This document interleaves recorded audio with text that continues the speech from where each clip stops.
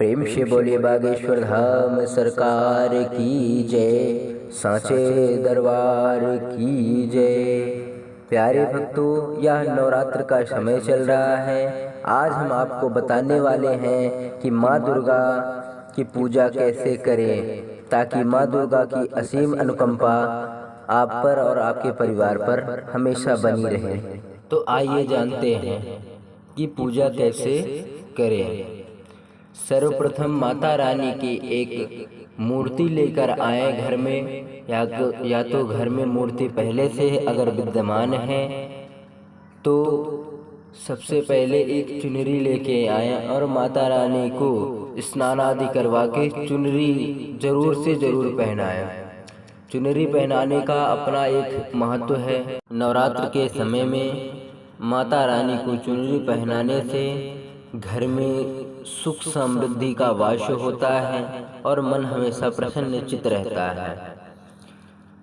चुनरी पहनाने के बाद माता रानी को 16 श्रृंगार जरूर चढ़ाएं। अगर 16 श्रृंगार नहीं चढ़ा सकते हैं तो डेली जैसे पूजा करते हैं आप, वैसे माता रानी की पूजा जरूर से जरूर करें।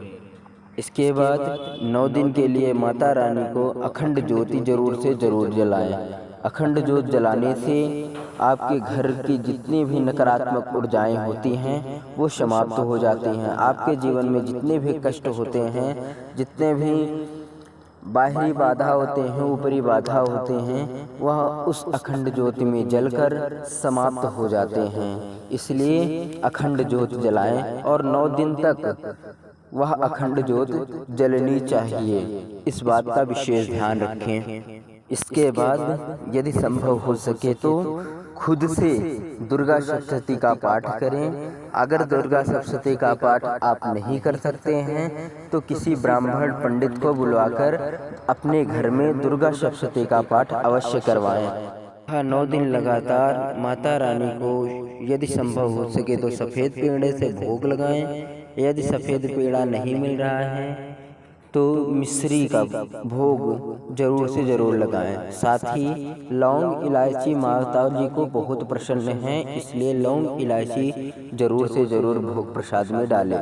9वें दिन माता रानी की विधिवत पूजा करने के बाद हवन जरूर से जरूर करें। हवन करने से माता रानी के साथ साथ नवग्रह देवता या जितने भी देवी देवताएं होते हैं, हवन से उनका भोजन होता है। इसलिए 9वें दिन हवन जरूर से जरूर करें। हवन करने के पश्चात कलश को विसर्जन कर दें। विशेष सूचना यह है कि माता रानी का नवरात्र का समय चल रहा है।